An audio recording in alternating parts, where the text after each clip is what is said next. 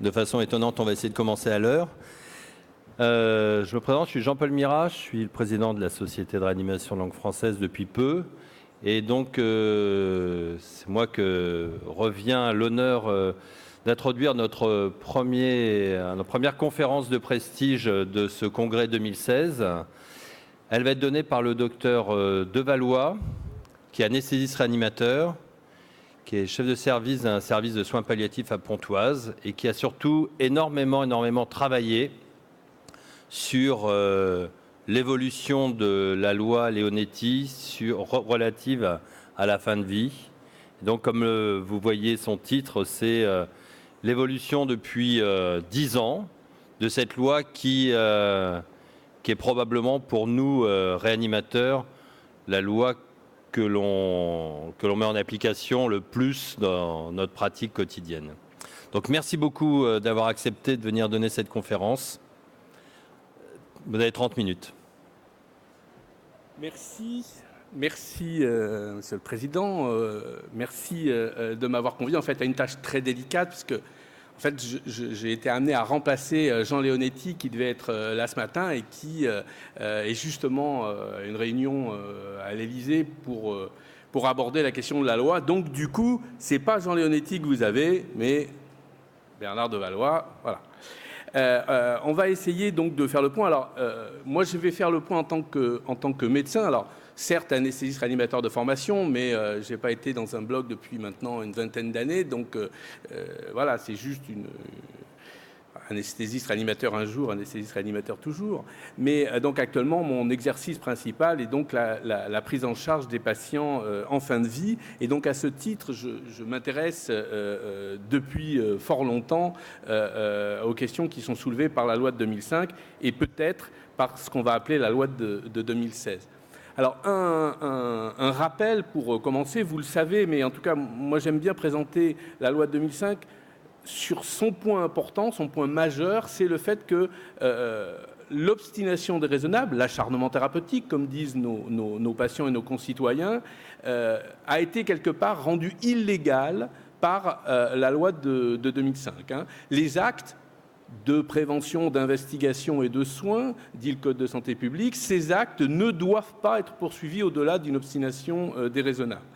Ensuite, la loi de 2005 nous dit comment est-ce qu'on peut essayer d'approcher ce qu'est l'obstination déraisonnable. Elle nous donne, j'allais dire elle nous donnait, mais elle est toujours valable, hein, en attendant qu'une autre la remplace éventuellement ou la complète. Elle nous donne les bornes de l'obstination déraisonnable avec les trois dimensions qui sont l'utilité, donc si c'est inutile, c'est déraisonnable. La proportionnalité, si c'est disproportionné, ce n'est pas raisonnable. Et le fait que l'objectif ne soit pas seulement de maintenir la vie. Ce n'est pas le seul maintien artificiel de la vie. Donc ça veut dire que c'est vraiment autour de ces trois axes qu'il faut que nous raisonnions au quotidien dans cette éthique pratique de tous les jours pour savoir si ce qu'on fait, les actes que l'on fait sont utiles, sont proportionnés et ont un autre effet que le seul maintien artificiel de la vie. Ça, c'est ce que nous a apporté 2005, en disant par ailleurs qu'au final, c'est le patient qui est en capacité de refuser quelque chose, de refuser tout traitement, dit la loi. Ça veut dire que donc tout ce qui lui paraît à lui déraisonnable, même si à nous, ça nous est paru raisonnable, si à lui, ça lui paraît déraisonnable, il a le droit de nous dire non. J'en profite juste pour rappeler que le droit de dire non, ce n'est pas le droit de choisir, c'est le droit de s'opposer. Hein, ça veut dire que ce n'est pas le patient qui choisit, mais il a le droit de refuser ce qui nous paraît, nous, raisonnable. Nous n'avons pas le droit de lui proposer quelque chose de non raisonnable, mais lui a le droit de considérer que ce n'est pas raisonnable pour lui. Et donc, bien sûr, ce qui concerne plus la pratique quotidienne des réanimateurs, c'est quand le patient n'est pas capable de dire lui-même ce qui est le mieux pour ce qui le concerne, la décision revient non pas à un médecin, même si c'est au final le médecin qui prend la décision, mais dans le cadre d'une procédure collégiale. Donc on va se réunir à plusieurs et on va essayer de s'appuyer sur quelle aurait été la volonté du patient, qui ne peut pas nous dire maintenant, mais qu'on essaie de reconstituer notamment à travers ces deux dispositifs que vous connaissez bien, la personne de confiance et les directives anticipées. On va essayer maintenant de faire un petit bilan de ces objectifs fondamentaux que je viens de rappeler de la loi. L'obstination déraisonnable, l'acharnement thérapeutique. Aujourd'hui, et c'était l'objet d'une mission que j'ai menée en 2011 auprès de l'Observatoire national de fin de vie, il est impossible d'avoir une approche quantitative de l'obstination déraisonnable. Personne, il n'y a pas de marqueur. Donc personne n'est capable de dire quantitativement si l'obstination déraisonnable en France a diminué ou pas, c'est-à-dire si la loi de 2005, dans son article 1er, ces actes ne doivent pas être poursuivis au-delà d'une obstination déraisonnable, personne n'est capable d'évaluer l'impact. Si on essaie d'avoir une approche qualitative, ce que j'avais fait dans ce travail, j'avais interrogé plus de 150 personnes de différentes catégories socio-professionnelles potentiellement concernées, et les usagers de santé également, tout le monde est d'accord pour dire que, on ne peut pas dire si ça a augmenté ou diminué, mais en tout cas, tout le monde est d'accord pour dire qu'il reste encore beaucoup d'acharnement thérapeutique en France. Il y en a, bien entendu, et probablement pas dans les vôtres, mais dans les autres services de réanimation. Il y en a dans les services de gériatrie, il y en a dans les EHPAD, il y en a dans les services de cancérologie, de cardio, et j'en passe, et des meilleurs. J'avais donc comparé l'obstination déraisonnable à une espèce d'iceberg dont la partie émergée, la partie la plus visible, c'est les affaires médiatiques. Il y en a régulièrement, tous les 6 mois, tous les ans, tel ou tel médecin sont accusés de faire de l'acharnement thérapeutique.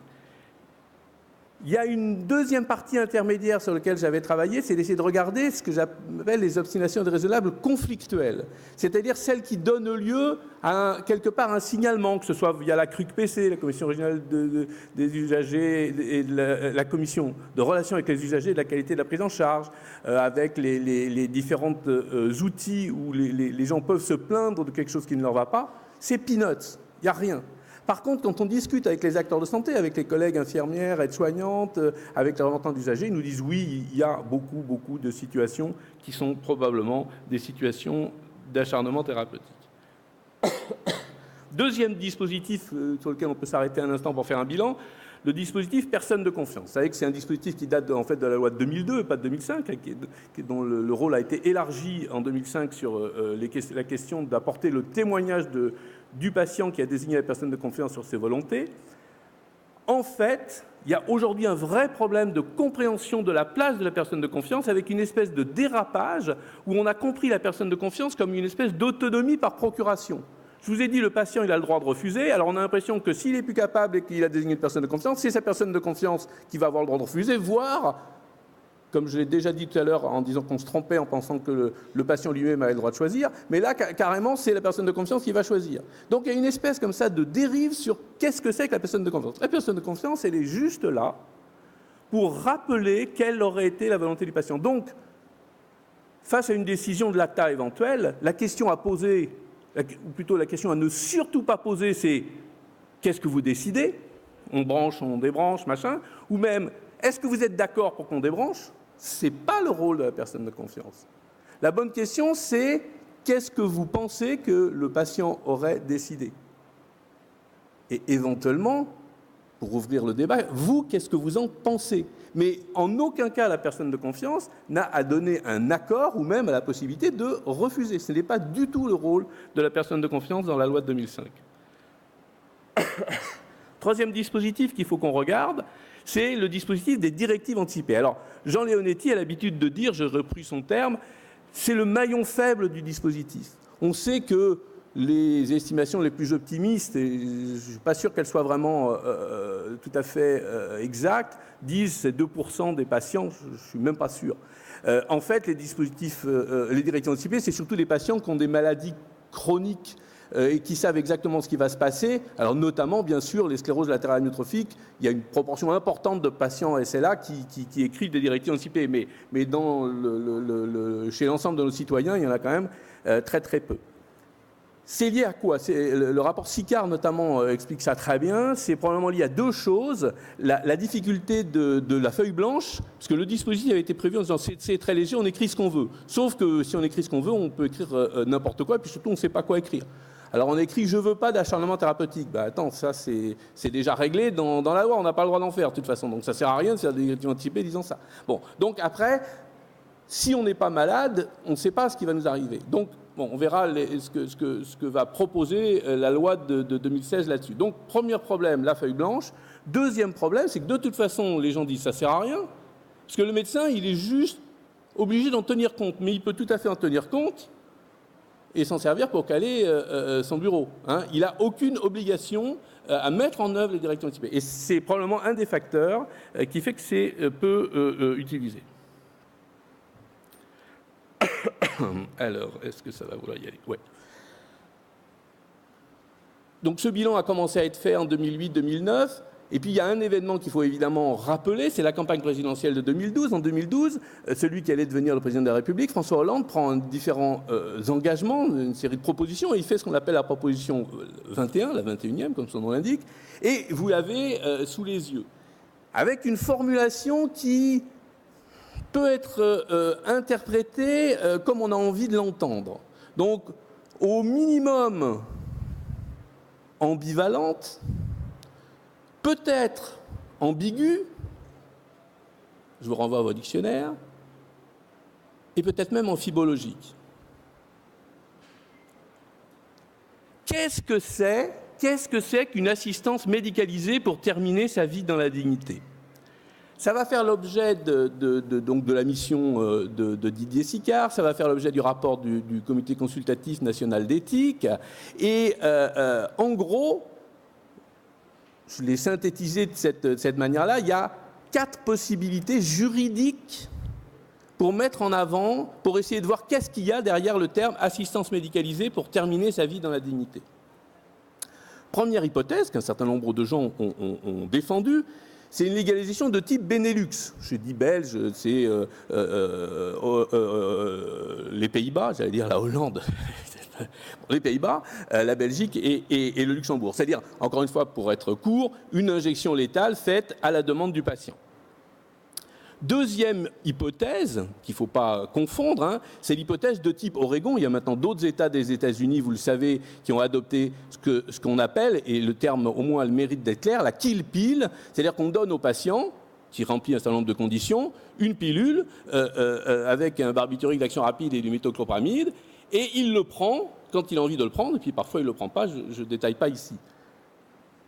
Troisième solution, c'est la solution qui est mise en œuvre dans un pays comme la Suisse, qui n'est pas une légalisation, qui est juste une faille du code pénal, bref, peu importe, qui représente une tolérance à l'assistance au suicide, et notamment en Suisse avec des associations de bénévoles qui vont pouvoir apporter une assistance aux patients qui veulent se suicider.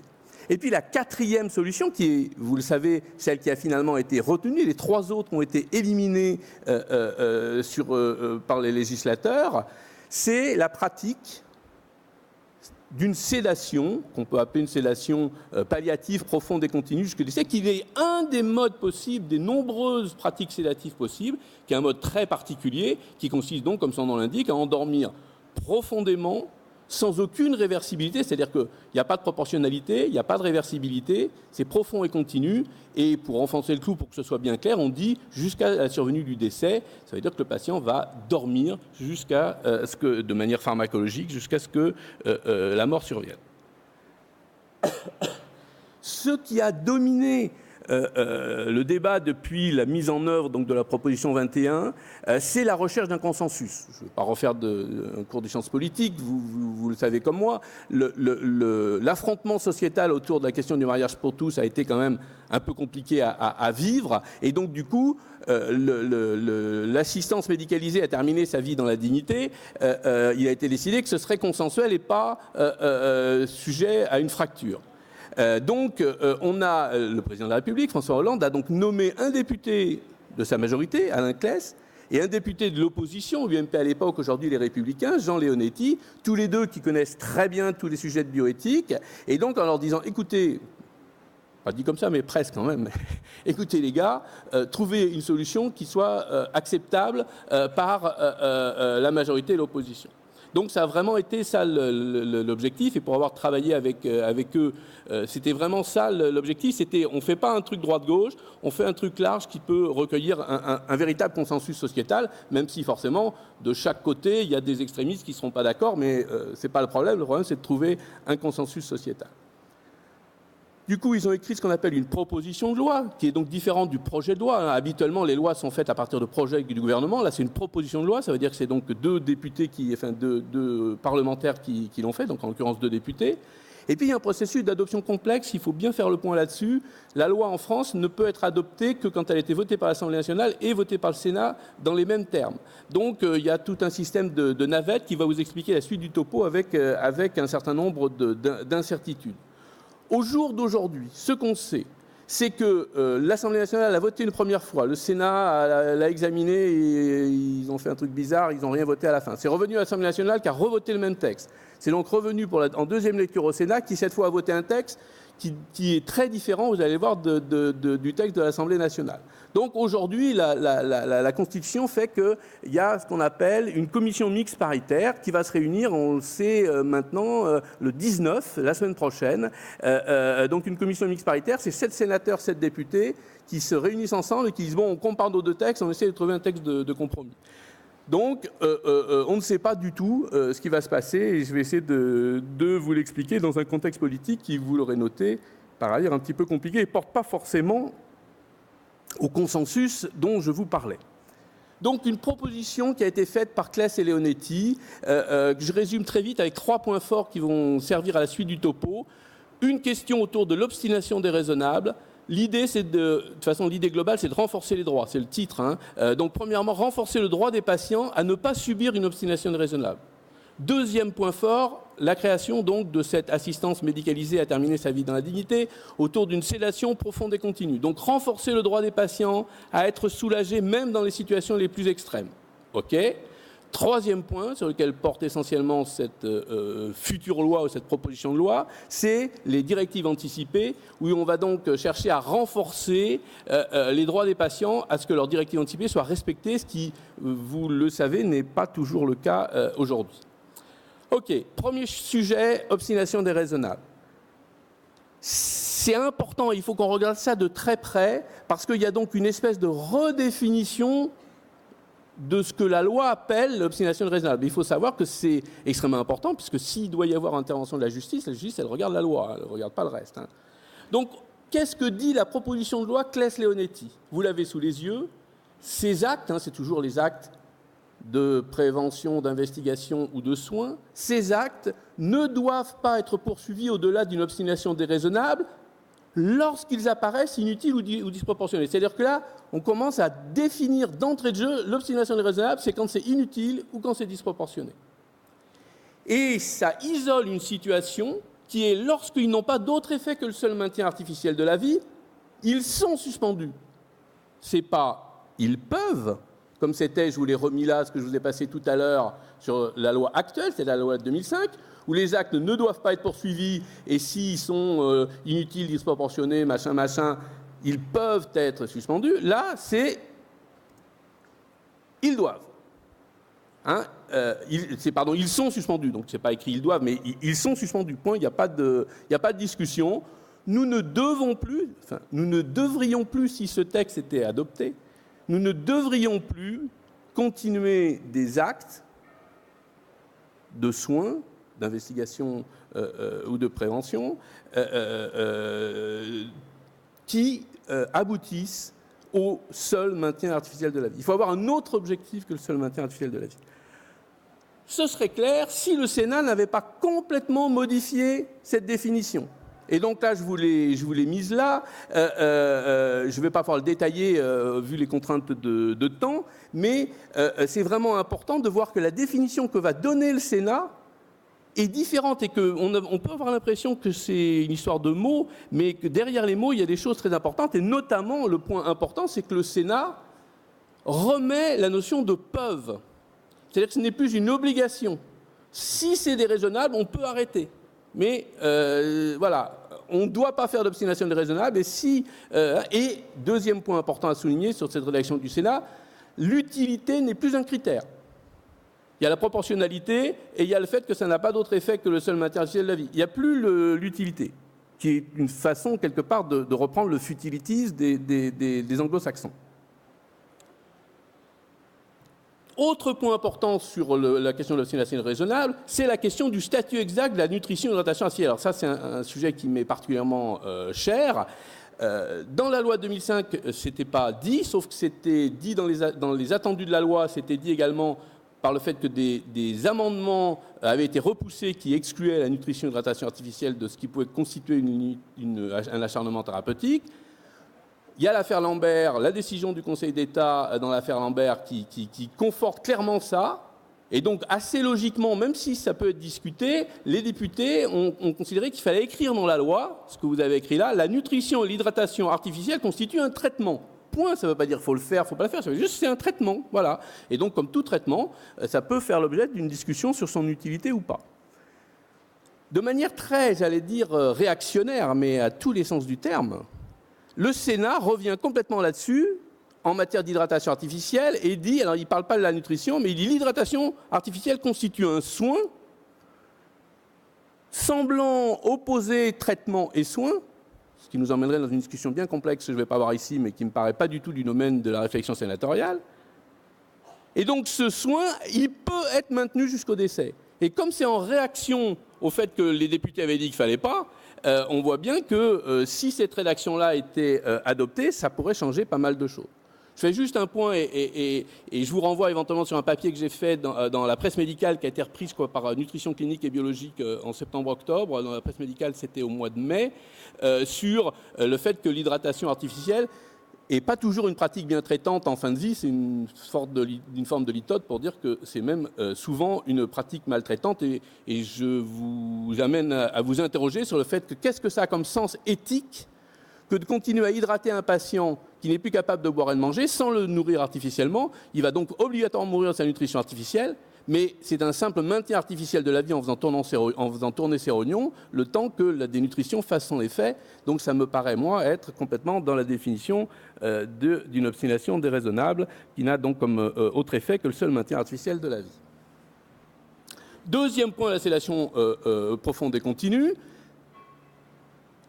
La sédation profonde et continue n'était pas du tout interdite, elle était permise par l'article 2 de 2005, simplement là elle est encadrée, et en fait l'Assemblée nationale envisage 3 circonstances dans lesquelles c'est possible. Soit c'est à la demande d'un patient qui présente des souffrances réfractaires et dont le pronostic est réservé à court terme, ça c'est surtout pour nous en soins palliatifs. 2 et 3, c'est plutôt probablement, même si nous on peut être concerné en certains cas, mais plutôt dans les cas de réanimation. C'est la demande d'un patient qui a refusé un traitement de maintien artificiel en vie, qui va donc mourir. C'est la SLA qui est ventilée et qui dit « je veux qu'on arrête ». Okay, et donc celui-là, s'il dit « non seulement je veux qu'on arrête, mais je veux être endormi pendant qu'on arrête », ça devient un droit. Troisièmement, si c'est un patient inconscient, si c'est une lata chez un patient inconscient, effectivement, ça ne fait qu'inscrire dans la loi ce qui était inscrit dans le décret d'application de 2010 autour de l'affaire Pierrat, ce qu'on a appelé le décret Pierrat, qui consiste à dire, dans le doute, ne t'abstiens pas de faire une sédation profonde chez le cérébro-lésé. Le problème, c'est que le Sénat a complètement détricoté ça, donc vous avez, je ne le détaille pas complètement, voilà, en rouge, vous avez les modifications du Sénat, on supprime le fait qu'un patient conscient qui demande l'arrêt d'un traitement de maintien artificiel en vie peut également demander une sédation, ça c'est viré, et donc on n'a plus que le premier cas, et le deuxième cas, qui était le troisième tout à l'heure, c'est la lata inconscient, pour lequel, et là je ne sais pas comment font les sénateurs, en tout cas comment ils voudraient qu'on fasse, vous avez un cérébro-lésé qui est incapable de dire quoi que ce soit, mais il va falloir qu'on estime que sa souffrance est réfractaire. Ça va être chaud.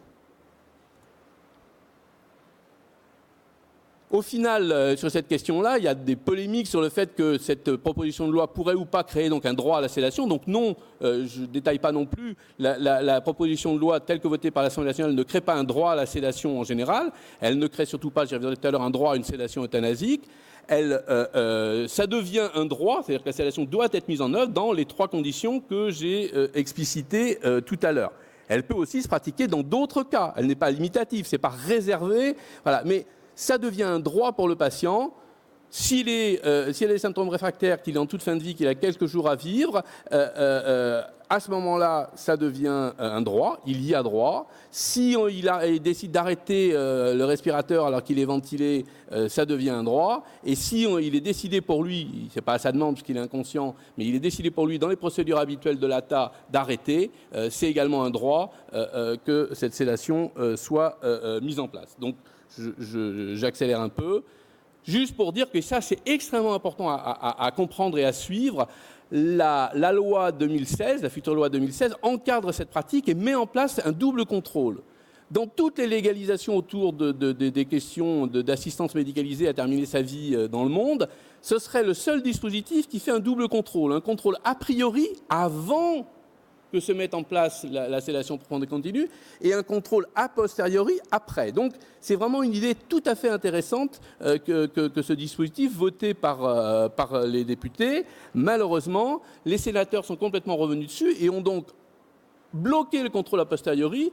Que le contrôle a posteriori à l'Assemblée nationale était prévu par le fait qu'il fallait inscrire sur un registre les pratiques de sédation profonde et continue. C'est supprimé. Donc il n'y a aucune possibilité d'évaluer en quoi que ce soit ces pratiques une fois qu'elles ont eu lieu. Donc c'est un petit problème. Alors certains disent oh ben, c'est plus facile pour nous, on ne va pas perdre de temps. C'est une façon de voir les choses, c'est pas la mienne. Moi, je pense que ce serait vraiment très important d'avoir la capacité, non pas sur un contrôle de type Commission fédérale en Belgique, de déclaration, etc., mais juste une façon de pouvoir suivre ces pratiques et vérifier qu'elles sont homogènes sur le territoire. Troisième point pour accélérer, les directives anticipées. On a vu premier point l'obstination raisonnable, deuxième point la sédation profonde et continue, troisième point important les directives anticipées. Pour le faire très court, il faut qu'elles soient mieux respectées. Il y aura des modèles pour le cas où on est malade et le cas où on n'est pas malade. C'est-à-dire que vous et moi, on peut écrire des directives anticipées, sauf qu'on ne va pas y mettre la même chose que si on a une SLA, évidemment. Donc voilà. Et deuxièmement, elles deviennent contraignantes, c'est-à-dire qu'elles s'imposent aux médecins, sauf si on est dans une situation d'urgence en attendant de la réévaluer, ou si manifestement elle ne s'applique pas, mais pour se délier de l'obligation de respecter les directives anticipées, le médecin sera obligé de passer par une procédure collégiale. Il ne pourra pas dire tout seul non, ça hein. Donc il faudra avoir une procédure collégiale du même type que l'ATA. Alors, malheureusement, le Sénat a complètement détricoté ça, et donc, en gros, elles doivent être respectées, sauf si le médecin décide autrement. Donc, il y a des trucs un peu alambiqués pour dire qu'en gros, ça ne s'impose pas. Alors, pour finir, les dernières diapositives, quel impact ça peut avoir pour la réanimation? Je pense que sur la question de l'obstination déraisonnable, ça va obliger les réanimateurs à réfléchir encore davantage aux situations déraisonnables. Et là, j'insiste vraiment, c'est l'objet de mon rapport à l'Observatoire, il faut vraiment tenir compte non pas seulement de l'avis des médecins, et la collégialité, c'est pas seulement entre médecins, c'est pluridisciplinaire. Et moi, je plaide fortement, au risque des fois de pas plaire à tout le monde, mais c'est pas grave, je plaide fortement pour dire que les infirmières et les aides-soignantes ont un rôle de vigie contre l'acharnement thérapeutique. Ce sont elles, je dis elles, parce que c'est une profession surtout féminine, mais donc que les messieurs ne le prennent pas mal, pour une fois. Vraiment, c'est extrêmement important de bien comprendre la notion de pluriprofessionnalité dans la collégialité.